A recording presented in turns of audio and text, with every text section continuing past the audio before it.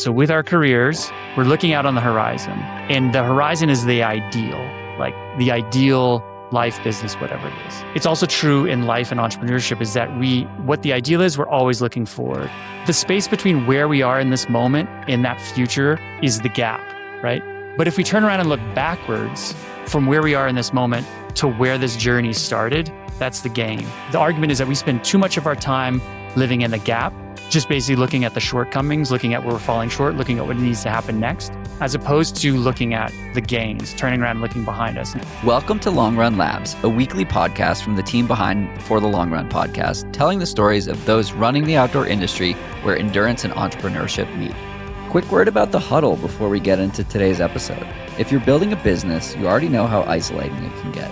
You're making decisions daily that most people in your life don't fully understand.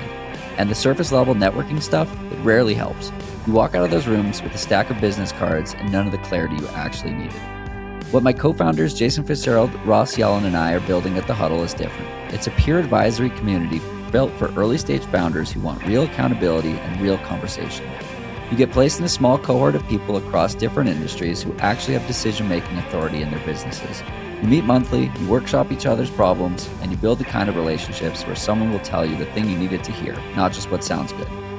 There are in-person sessions here in Boulder and virtual cohorts open to founders anywhere in the country. The three of us started The Huddle because we wanted this and it didn't exist. If you're at a point where going at it alone isn't working, or you're ready to level things up in your business, go to findmyhuddle.com and fill out the application. Link in the show notes, and we'll be in touch from there. Welcome back. We have Christian Rawles joining on the podcast today. Christian, thanks so much for taking some time to chat. Excited to be here, Jonathan. I listened to your Second Nature episode with Aaron and was texting him on my run while listening to it saying basically, yes. This is amazing. This is good stuff. And he called me and we talked while I was on that run, having gotten halfway through the conversation, and so much of it resonated.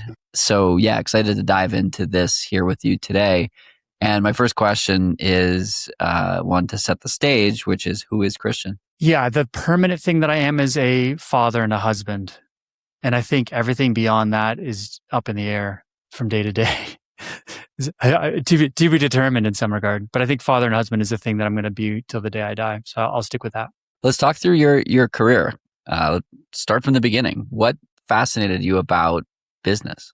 On the very first, one of the first dates that I had with the woman who then became my wife and is now my wife, she asked me essentially, what are you going to do with your life? I was in my early 20s and I said, I'm going to own a brand in the outdoor industry. And that was honestly the first time that those words had ever formulated in my mind. Mm-hmm. And they just came out of my mouth at the same time. And I think we've all had experiences like that where just something just comes up and comes out and you're like, oh, right. After you hear it, you're like, yep, that's true.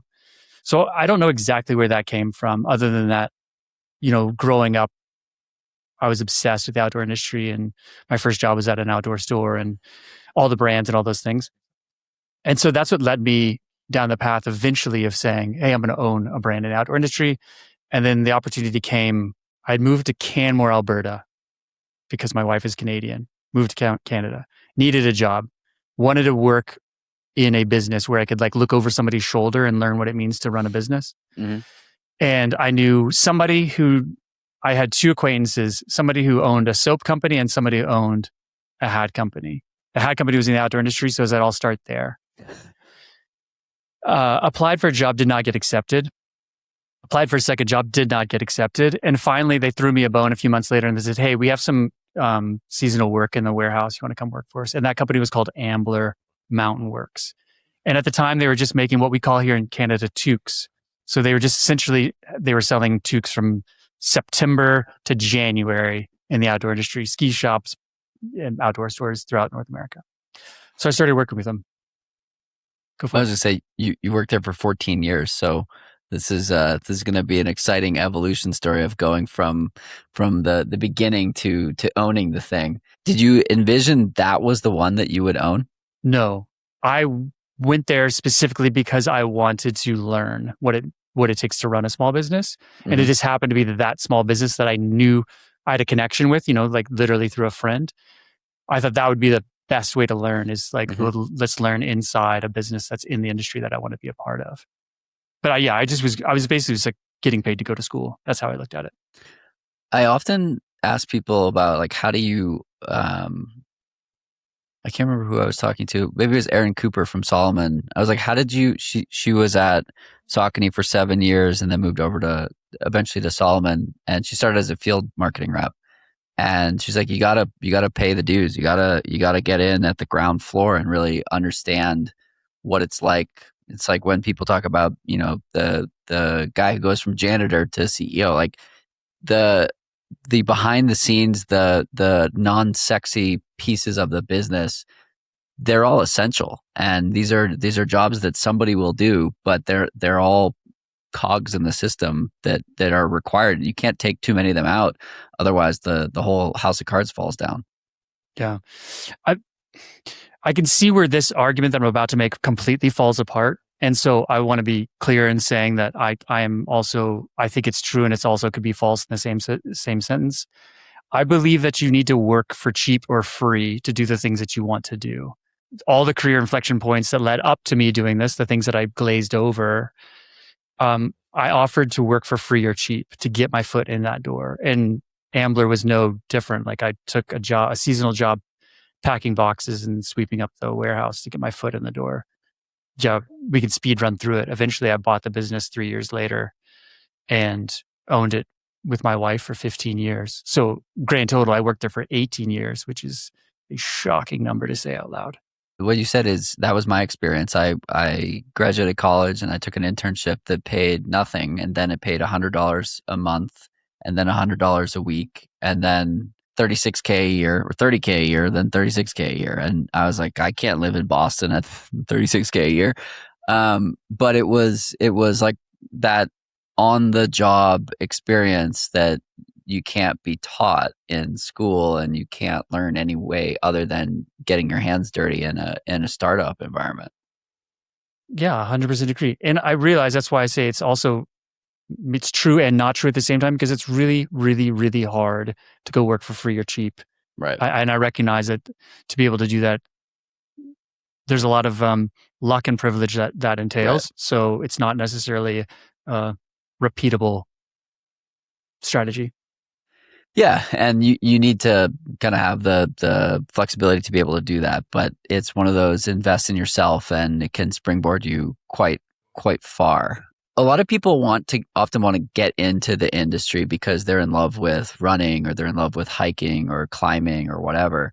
And they think that a job in the outdoor space is wonderful and perfect, and you know, you're going to get to talk about running all the time. And whenever I have these conversations with the people, I'm like, do you really want to work in running? Do you really want to marry the thing that you no pun intended, marry the thing that you love with work? Maybe marry isn't the right word there. Pair the thing that you love, and you know, you can't turn it off, right? Have you had that conversation with people who are wanting to get into the space? Yeah, the people who I know, I live in a mountain town in BC. The people I know who ski the least are ski reps. And that's not true always. I know a few that really still get after it, but that's the joke, is like, I see it in like mountain biking or cycling. It's like they work through the ranks up in a shop, and then they move in, work for a brand, or work for a sales rep, or whatever it is. And it's like they end up riding their bike way less than when they were just like doing it. And so that's definitely a conversation that I have with people, is like, there is something to be said about doing something else. If riding your bike is what you really want to do, there may be a better business or job that's suitable for you. Get a good job that allows you to be paid well, so you can buy nice bikes and go on trips. Yeah. Or, you know, be an entrepreneur, just maybe find a different niche or industry. Yeah. So now a lot of what you're doing is you're an executive coach. Your LinkedIn says, I coach entrepreneurs who want to lead with clarity and build a business that aligns with their values. I just got off with Jason Daniel of LKSD. He went from being an 18-year-old with an apparel brand to this year they'll do $200 million in revenue. And he centered the conversation around establishing the why of why his business exists. And making that fundamental to the core of the culture of the business. He went to the Landmark Forum where it was all about the integrity and the understanding of people and these stories that we tell ourselves and imposter syndrome and all of this. And for him, the why behind building the business has always been front and center. And that was a huge unlock for him to be able to get to hundreds of millions of dollars in revenue when he was stuck at 3 million for 5 years. I'm curious how you got into the executive coaching space and why are people seeking this out? Okay. So how I got into it was that through my course of, being an entrepreneur, running a business, inevitably you have conversations with all sorts of people and people ask you, hey, what's it like? I have questions about running the business, and you have these conversations with people much like you do all the time. I love those conversations. I love chatting with people about their businesses. I had people who I was helping kind of in the startup phase, and then we started to formalize it more. Meanwhile, I'm running my own business on the day-to-day and just having these conversations. Somewhere along the process, multiple years into having these people who I was essentially doing a kind of a formalized mentorship with, I realized that I feel uniquely suited to that work. Like it feels like it's the Venn diagram overlap of all those things, the ikigai, whatever you want to call it. And I just, for lack of a better term, I felt a calling towards it. I knew that that's what I wanted to do long term. My wife and I decided to sell our business. So we put it up for sale. I thought it was going to take us 18 months, 2 years to sell our business. It happened a lot faster than that. And I took some time off and found myself, so to speak, and was like, no, this is the thing. I'm getting into this. This is what I'm doing. And I'm doing it because I'm trying to be the person that I needed 15 years ago. I want to be that person for other people, right? And I did. I had coaches. I was a part of EO. I was like, I did all the things, while at the same time, I know how important it is to have somebody to bounce ideas off of, to feel heard, to just get yourself out of the echo chamber sometimes. So I have a kind of real lived experience that makes me realize how valuable this work is. And why I think people are coming to it is that, to take a bunch of different people and kind of summarize them in two categories, it's kind of like this. And this is broad strokes. Either you feel like we feel like we're bumping our heads against the same wall continuously. And it's like, why am I still here? Why am I still doing this? The other one is that you know exactly where you want to go and who you want to be. And you feel like there's a big chasm or big gap between where you are and who that person is. And so it's just, those are the two main reasons I would kind of summarize. Is like, people feel like they're in the fog. They feel like they're carrying a weight. They're bumping their head against the wall, or this gap between that. Yeah, I know exactly where I want to go, just not sure how to get there. How do you unblock that second group? The gap? Yeah. Getting really sure about what it is exactly that you want, I think, is a lot of the the fundamental works. Like, is that exactly what you want? Get clear on what it is that you want. Back it up more and look at what is it that you're like? What's the rationale behind pursuing what you're pursuing? Is it because of your personal reasons? Is it because of this is what you want? Is this because this is like the assumption that other people may have projected on you, or you're assuming that people want you for yourself? Yeah, I mean, that's, I think, kind of boils down to in that. Yeah, that's where I'd start. One of the threads from the conversation you did with Aaron was you asked him if he was not afraid of failure, but afraid of success, and what that means. How many people do you see interacting with that, and how do you unpack that? Why that came up in that conversation is like, I'd honestly never thought about it before, but for him specifically, it just, what he was saying and how he was saying, and I have to replay it to listen to it again. But I just remember a common one that we think of as entrepreneurs is like the fear of failure, right? And we do put a lot of weight on that fear of failure. And I think we can be both afraid of the fear of failure, while at the same time, I think we can also be afraid of the fear of success. I think around the fear of success comes the fear of allowing ourselves to become the person that we need to be able to do that. And I think that's where a lot of the fear of success is like, oh, for me to be able to reach this or do this, I have to give myself permission to show up like this in a certain way or change the way I'm showing up.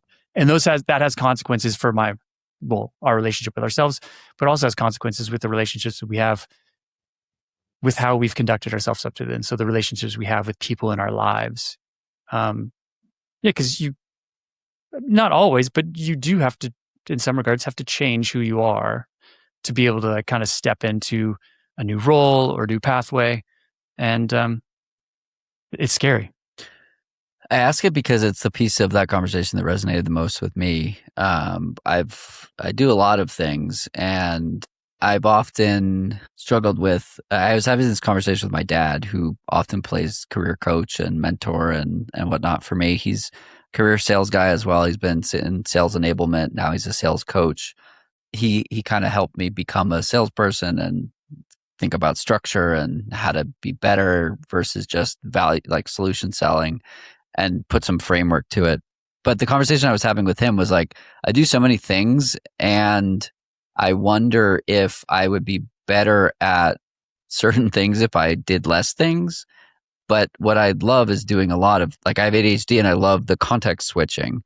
And I like, whacking a mole over here and whacking a mole over here and hitting one over here.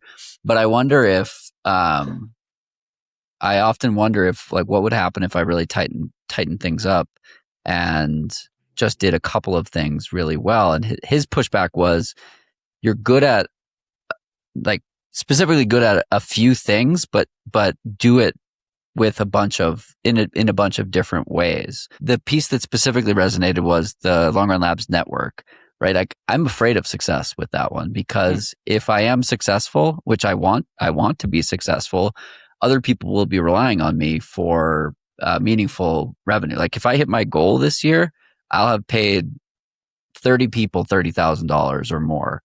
And I can't just not do that again. I can't be a shot in the bucket and not do it again. If people are growing their revenue by 25% or something like that, particularly if podcasting is not their full-time thing. And so I like grapple with this. Do I go all in on this one thing and still be afraid of the success of this thing? Or do I continue down the road I'm on and, do advisory work, do go-to-market support, do some consulting for companies, to the tune of 2 to 10 hours a week, and just spread myself thin while also keeping guardrails around, like, I need to say no more, or not. I guess this is a therapy call or a coaching. This evolved into a coaching call. Let's do it. Do you feel like you're spread yourself thin? You use the phrase thin. I feel like I'm dangerously close to spreading myself thin. However, I do have a few days a month where I have like a bunch of hours to fill, and I like doing creative things in that time. And then some days I'm booked from 8 to 5, and I start my day at 6:30 and do a little work and go for a run, and then work till 5 or 5:30. And like I could have 4 of those days every week, or 5 of those days every week, some weeks. And do you like it? But I love it. Yeah. Okay. And is it the variety? You said because you have ADHD, the variety of work is what you like. You said the phrase whack-a-mole. It's like, is it because is it chaotic, or is it just? It's predictably chaotic. Okay. I have like 6 different Slack environments. I have 4 different emails. I have a bunch of different social accounts I'm managing. LinkedIn. Yeah, it's just like it's a lot all at once. But oh man, my palms are sweating just listening to that. and I'm just like drowning in ideas to write about on Substack. I have like 7 drafts going right now that I won't put out more than 3 a week, and every week I am like adding 1 or 2 to the hopper. So it's like I'm putting out so much content on top of all of this also. But I love it. That's the thing. Okay. And yet the thing that's I think these were your words, is the thing that you're afraid of is that people, if you build this business, the long run labs, the network will then have 30 people essentially or more in the future relying on you for essentially their mortgage payments. Yeah. Can both exist, kind of the portfolio of creative content and doing all the different jobs, can that coexist with a successful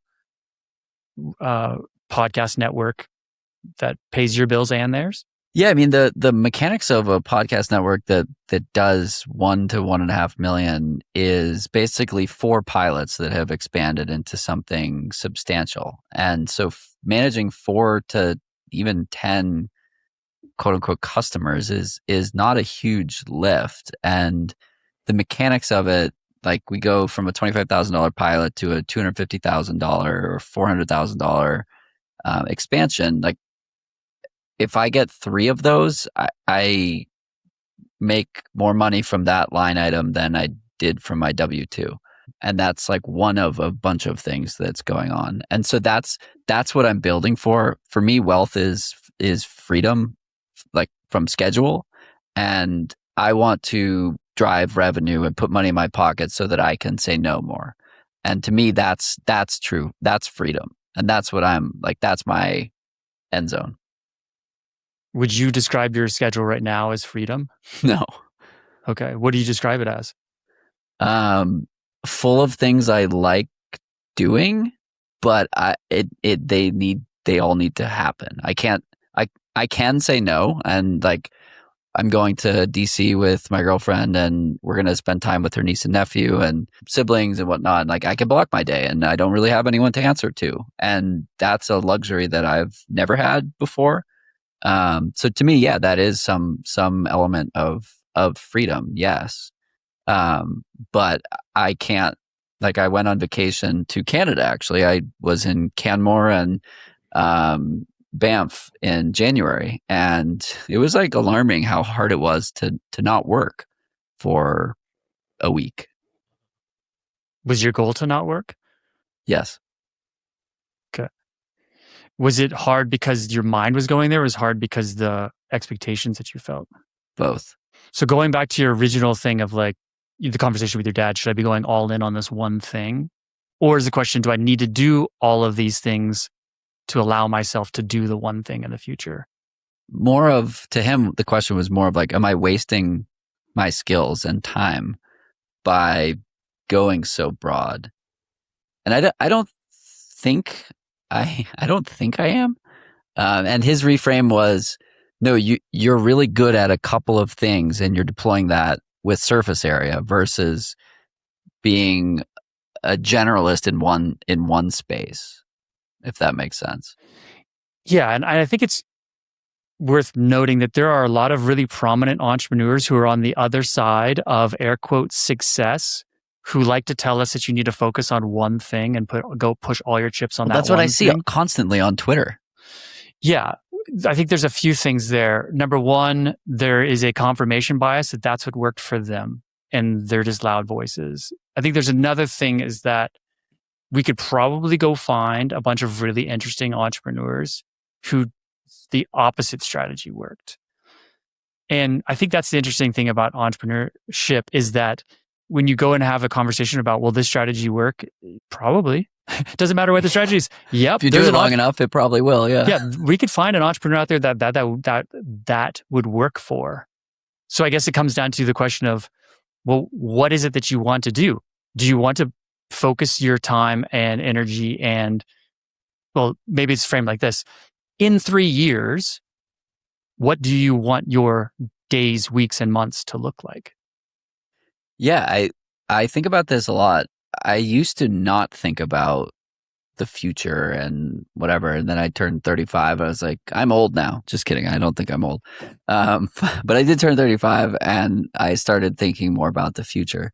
And to me, like, so I had this conversation with Eric Hinman, who is a brand builder and investor and incredibly athletic person who does whatever he wants, basically. And he has the concept of the perfect day.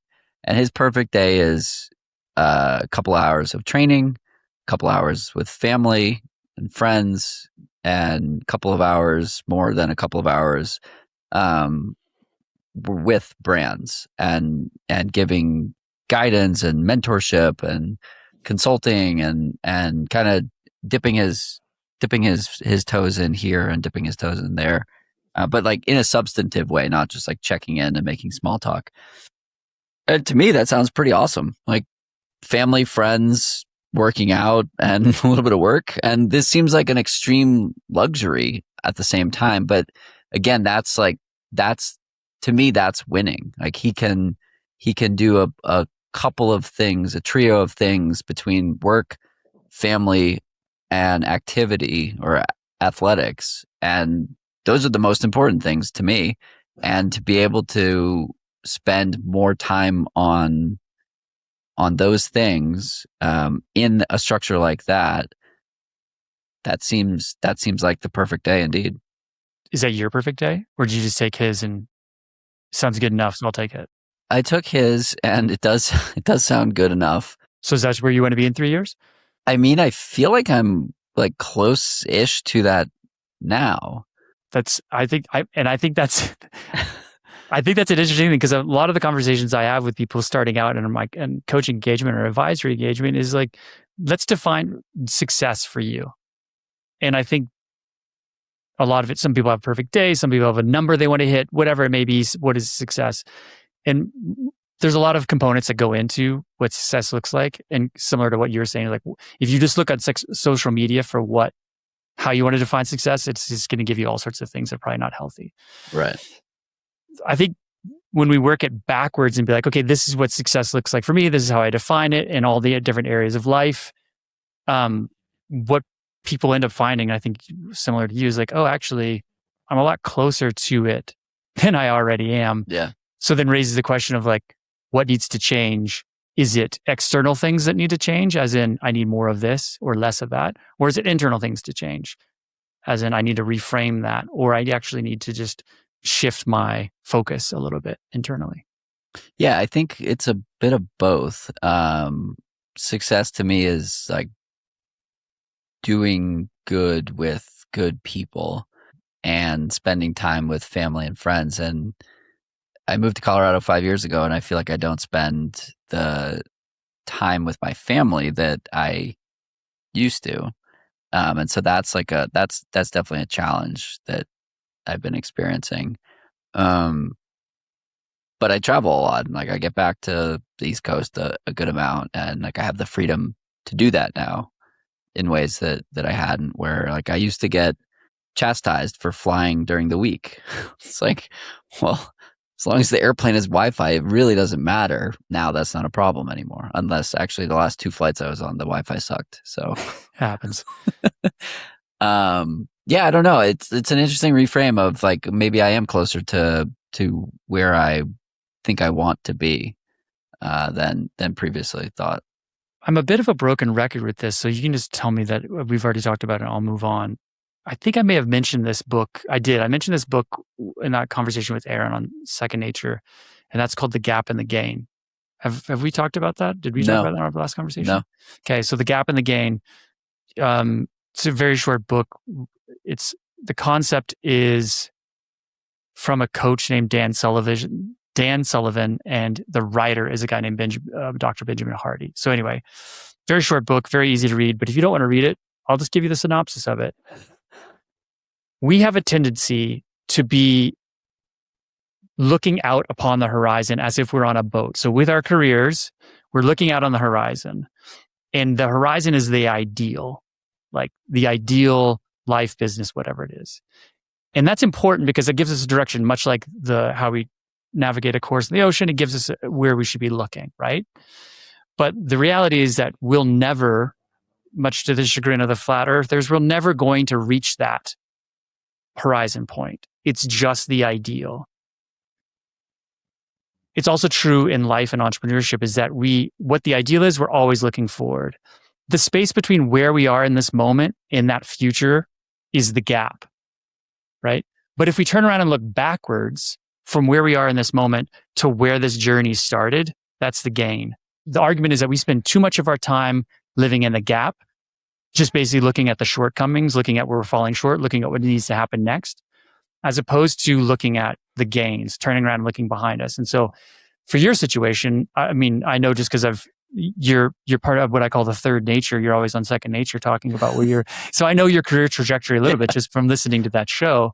And it sounds like we should turn around and look backwards and let's look at some of the gains.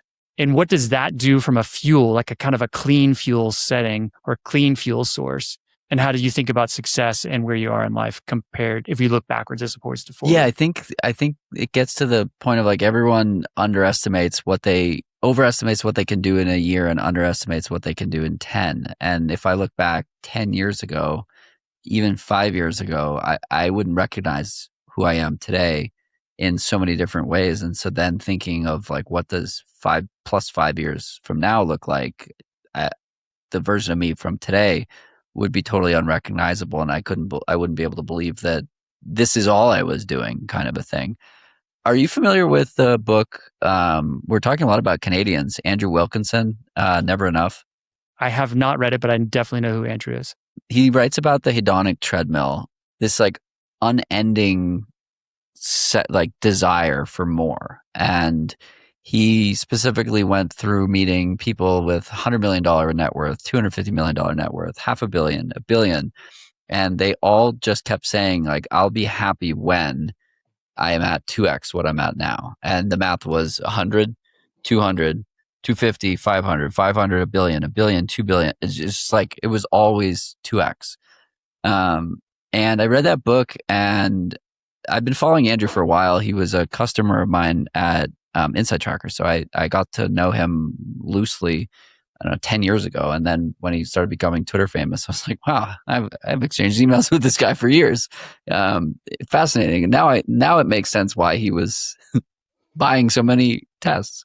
I came out of that book with a couple of thoughts, and one I've kind of already shared, which is the kind of person that can get to that stage in a business isn't the kind of person to take their foot off the gas pedal. How does somebody who gets to conventional levels of success, like how do they, or do they take their foot off the gas pedal, or how do we continue growing in a sustainable way that doesn't keep us on this hedonic treadmill? First off, it's hard. I think entrepreneurs, the entrepreneurs that get celebrated, they're no longer doing it for the money. They've made enough. Like they earn the last dollar they will ever spend. Right. Now it's just about scoreboard. Now it's just about they're obsessed with seeing the number go up. Right. That's just the metric that they want to track. That's not always true. There's lots of dark horse entrepreneurs who do really well for themselves and cashed out, and you'll never hear about them because it doesn't make for an interesting headline. Craig from Craigslist. Yeah. I mean, there are so many of them, we just will never know their names. Right. And they're probably the person who doesn't drive the nicest car in your town. Like they're just, I think, so how do you get off the hedonic treadmill? I don't know exactly, but I think it has something to do with the present moment.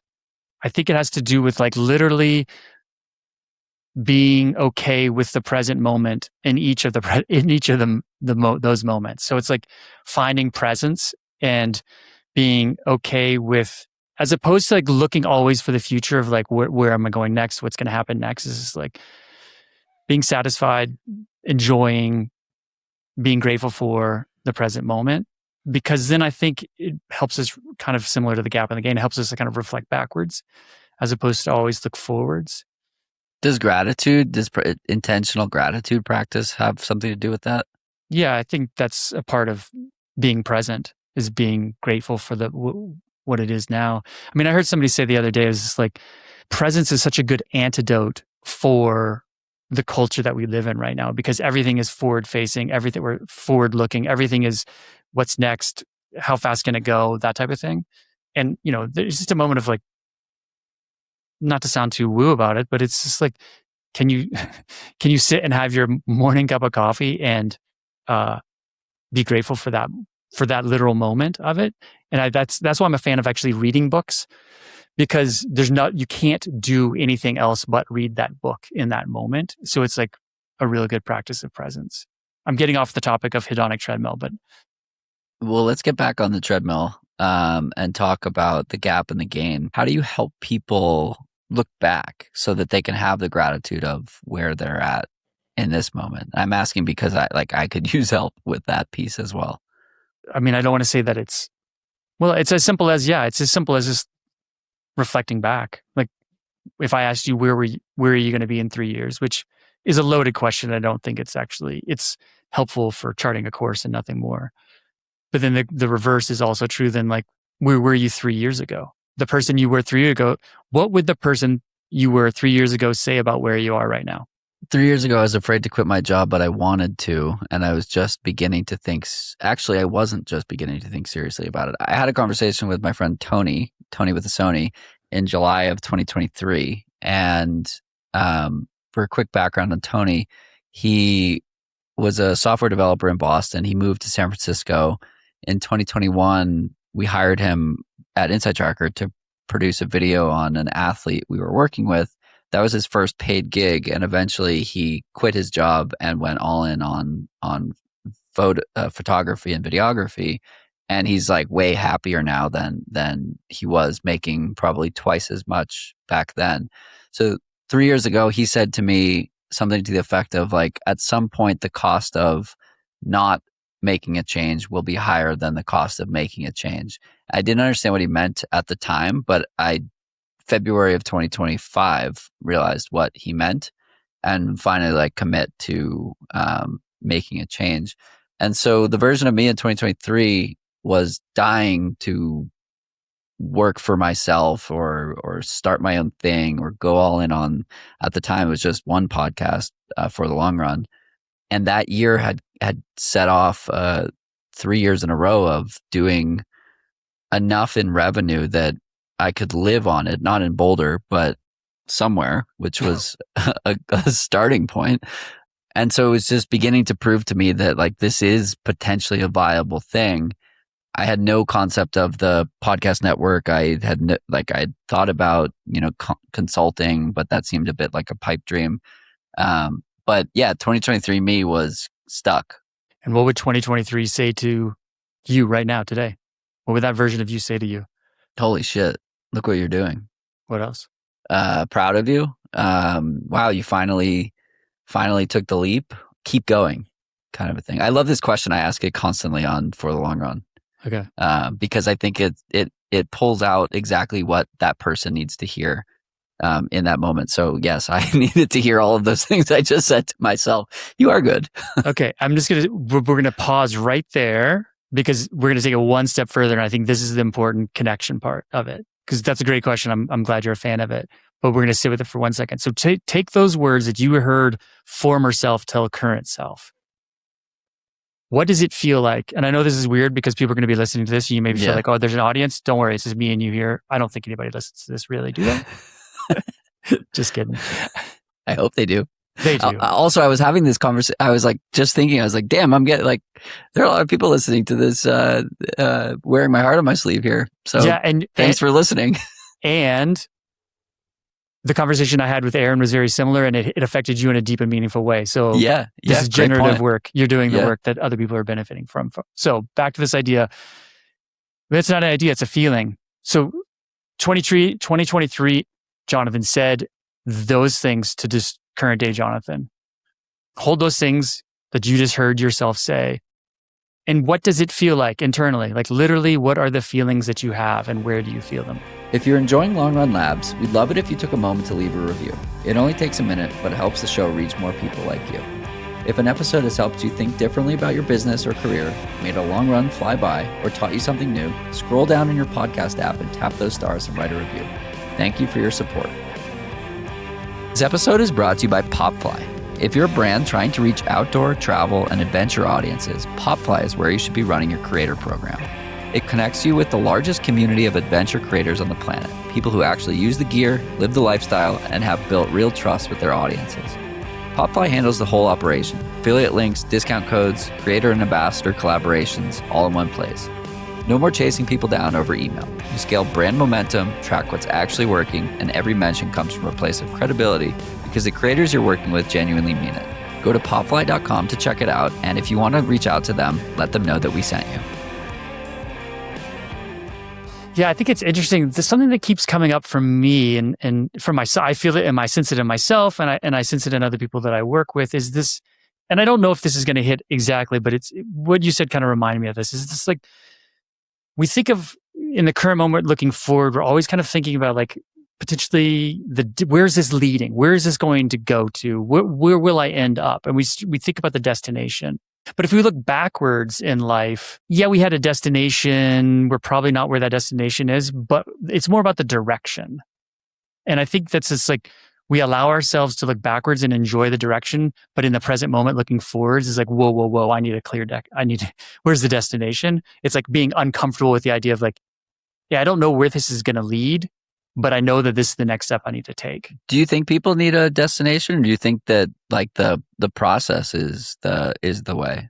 Oh, I don't think we need a destination. Yeah, I know. Do you think it makes it more complicated if you do have a destination in mind? No, because I love it when people call their shots and do it. Like, I think that's great. And there's lots of people who that works for. I'm just trying to say that there is no prescription. There is no universal prescription for how this works. It's as unique as each and every single one of us, though we're not special snowflakes. I think we're all very similar. Just look at a bunch of snowflakes falling to the ground. They all look the same. Yeah.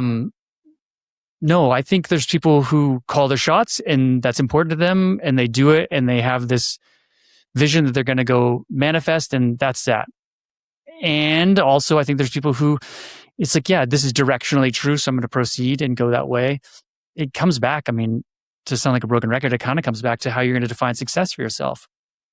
And part of the work, I think, is defining what success looks like, not at the destination. It's defining what does success look like along every single step of the way. If we define success as being this thing that I have to go attain, but then I burn bridges, sacrifice my health and well-being, and have no friends when I actually attain that thing, or then what was the point? Yeah, what's the point? How do you define success? That's a good question. Can I pull out my sheet to see that? Because I have it on I look at it every single day to make sure that I stay on target. Meaningful work, deep relationships, time for adventure, autonomy, fitness. My kids want to spend time with me, no personal debt, and the ability, time, and desire to take the back roads in life. So that was a lot of how you live and the interaction of you from a day-to-day perspective. There was no like retire by 50 or, something like that. How did you come up with that framework? I've been working on a one-page plan. That's what I read that off was a one-page plan. I created my own one-page plan like 10 years ago, and I've just been working quarter by quarter on iterations of it. And over time, doing self-development, working with other coaches, doing the thing, I've just kind of, it's fluid. And I've added things to there and I've taken things off just 6 months ago. So it's just time. It's just working things out. What do I like? What do I respond to? For lack of a better term, sometimes what feels good. And there are no numbers attached to it. I do have numbers in my one-page plan for sure. Numbers are important. Targets are important. Destinations are good for kind of going back to that idea of like, you've got to chart a course to something. Right. You need to know. Yeah. But how I define success, because the fact of the matter is I could have a brain injury tomorrow and all those things are just wiped out. So how am I going to define success? It has nothing to do with money, or for me, at least, has nothing to do with that stuff. How do you interact with the concept of an abundance mindset versus scarcity? Say your question a different way, just so I understand where you want to go with it. There's a lot of room for a lot of people to win. And the fact that you win doesn't mean that I can't win. I feel like a lot of people are stuck in 1 + 1 = 2, and they should be looking at 1 + 1 = 3. Math is not my strong suit, but I like the former rather than the latter rather than the former. Can you talk about that and how you've interacted with people who this is less about me and more about like, I think this is a topic that should be talked about more. Like when more people win. And so I want to build people up. I want to see other people win because it's not a zero sum game. Ooh, that is a very great topic, and it's a deep one. And how do I not go long-winded? That's the challenge. Okay. This was a big eye-opener for me when I discovered that concept. And I don't know if this is actually, this metaphor fits, but I'm just going to go with it. The thing that I always think about when I have these conversations is like holding a handful of sand. Okay, so like you're at the beach, you scoop up a handful of sand, and if I try to squeeze it and like hold it as mine, kind of that's universal symbol of mine, is squeezing your fists, balling it up, a bunch of sand you just lose it all. Yeah. Right? But if I hold it really openly, I get to hold more, right? And so to me, that's like a symbol for me of what this abundance mindset is that like easy come, easy go, for lack of better terms. Like if I can hold it with an open hand and be grateful for what that is in that present moment, then it's going to last me a lot longer than if I try to like squeeze everything out of it and make sure that I get all of it and keep it for myself. As it pertains to entrepreneurship, it's hard because like you want to see the thing go up and to the right. Right? Like we want the number to go up. Like growth is important for a profitable business. Like we need those things. While at the same time, I don't think our society does a great job of keeping that in the balance and doing it in a healthy manner. Like internally healthy for myself, but also externally healthy for the society. So I don't think we have a ton of really good examples of what it looks like to be living kind of in that abundant mindset from an entrepreneur standpoint. Why do you think that is? Doesn't make good headlines. All these things try to play to like the debased nature of like greed and God, I'm sounding like an old curmudgeon. But it's like get off my lawn. Yeah. I think it's changing though. I do think that's changing, right? Like or there's even kind of going back to this like fear of success is like, what if I am successful and I end up making a lot of money? What happens? How will I be judged then? Who will be, like, it's almost like this tall poppy syndrome that we're going to get shunned for being successful in it. And it's like, well, what are you going to do with the success? What are you going to do with that? Like literally, what will you do if that's what happens to you? Are you going to me, my, all of it? Or are you going to have a abundance mindset, meaning like easy come, easy go? I'm going to share it or be generous with it, or at least live from the mindset that it's like not going to disappear tomorrow. Kind of going back to this idea that you said earlier of Andrew Wilkinson's interviews with people, this idea of like, when will you be happy and satisfied? Just at 2x, whatever I have now plus 2x times 2. I think that kind of plays into that scarcity versus abundance mindset because, if you listen to Sam Parr's conversations on like Money Wise, that podcast he has for the Hampton, there's a fear that it's going to disappear, right? And that's that scarcity mindset creeping in. Yeah, Sam's fascinating to listen to. The conversations that I haven't listened to Money Wise, but I probably should. Although Daniel Burke is now hosting it, I believe. Who's pass it off. Yeah, Daniel's one of the early guys at Beehive and just got into running, and it's really fun to follow his journey. He was hosting a show called Two Dads in Tech, and he like spun it up, and he was doing like 100K in revenue annually, just like pretty quickly as a side gig while having a W-2 with Beehive. But anyway, it's kind of like dog fooding your own product over there at Beehive. They all do that, and it's fantastic to watch. Yeah, that podcast is interesting. I've seen a lot of the Twitter shares that he's done. By the way, for me, it will always be Twitter. It will not be X. A lot of the Twitter shares where he kind of summarizes the learnings and the fears and the once you get above $10 million in net worth, it gets more complicated, not less complicated. And so that's kind of that double-edged sword of like the fear of success, and these people are potentially living more complicated lives because now their money has to go work for them instead of just they're buying real estate, or they're having contractors in their home. There was one, Mark Cuban was talking about this recently. He was like, I go to all these parties and they're like 6 people to make toast. Like, why do you need 6 people to make toast? He's like, in these massive homes, there's like 10 people in them at all times. He's like, that's not fun. You never get any privacy.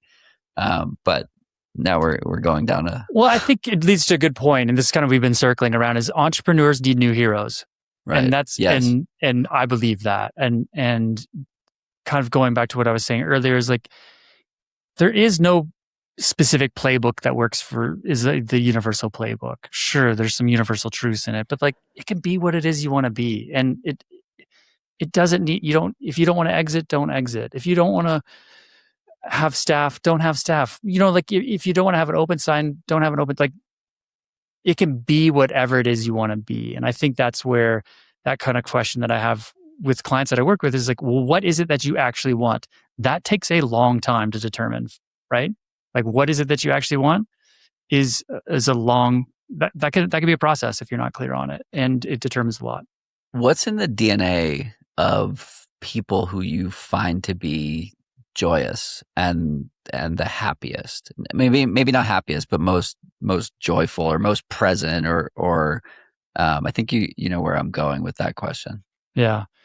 The first thing that comes to my mind is confidence, but that word can be misconstrued. So maybe I need to find a different word besides confidence, because we can think of confident as like heroic in the You don't mean like sense. swagger, right? No, I mean like a quiet, like maybe the term is quiet confidence. Yep. You know what it is? Self-belief? Yeah. Self-belief is a good one. I think it actually, I'll take it right back to presence. The people that I have been around or I listen to or read that seem to have that understanding of joy is that they have a real clear understanding of they can be in this present moment. They're not fretted about the past. They're not worried about the future. This moment is good enough. That a lot of times they're spiritual teachers. A lot of times they're people who've lived in challenging circumstances that they didn't create, that they got themselves through. And now they have an appreciation for the present moment. Are these the people you're most impressed by? Honestly, I'm the most impressed by single moms who work jobs to keep their kids happy, healthy, and fed. Those are the people I'm most impressed by. Makes sense. What role does endurance sports play in all of this? I've had conversations with my partner Kate around my somewhat inability to deal with challenging things in life. Here's an example. We've been fostering puppies.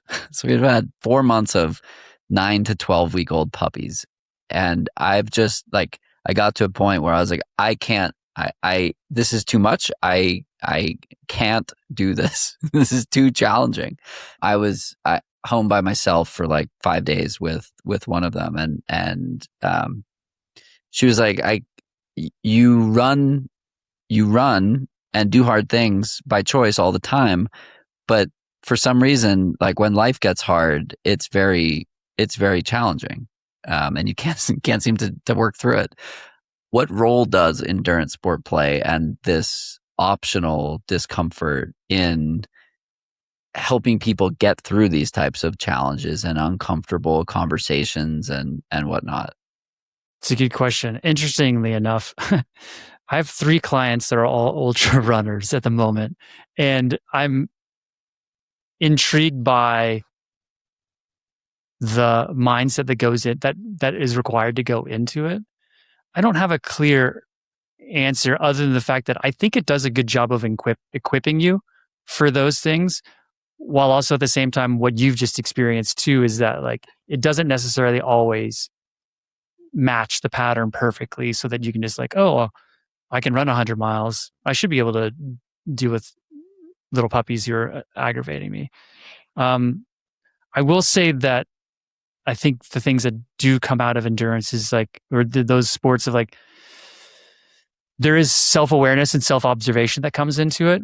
you're very, very attuned to what is required of your body and what your body is saying back to you. And I believe that self-awareness is one of those skills that is like mission critical for entrepreneurs to develop.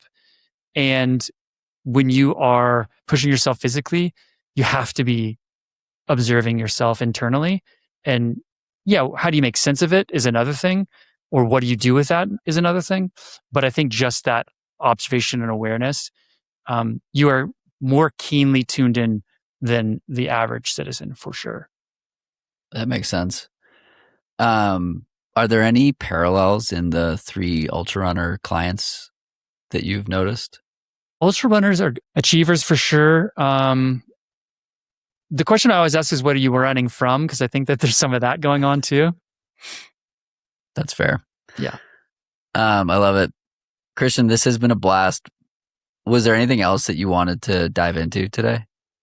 Well, what I would say to you is, I think maybe I had this conversation with Aaron too, is like, I appreciate the work that you're doing because it's very generative, right? And you're like we've talked about this in this conversation, you're doing the work that's like serving you and your desires and your creativity. And also at the same time, it's serving all of us. And I love that. And I think that's what keeps you good. Like, that's such good fuel. That's such a good flywheel to be operating in.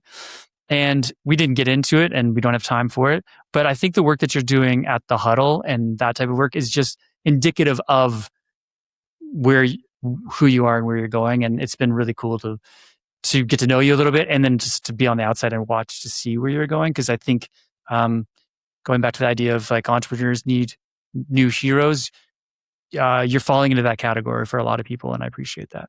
I appreciate that. That's kind of that's the highest praise. The Huddle is our intent.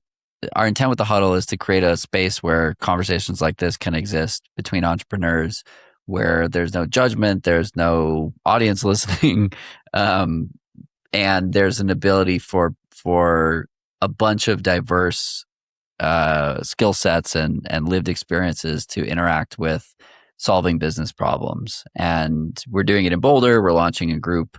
We're launching regional groups, Eastern time, Central time, Mountain time, Pacific time, for virtual cohorts. And the one on the East Coast is building the fastest. So if you're on the East Coast and looking to join something like this, you can shoot me a note at john@findmyhuddle.com.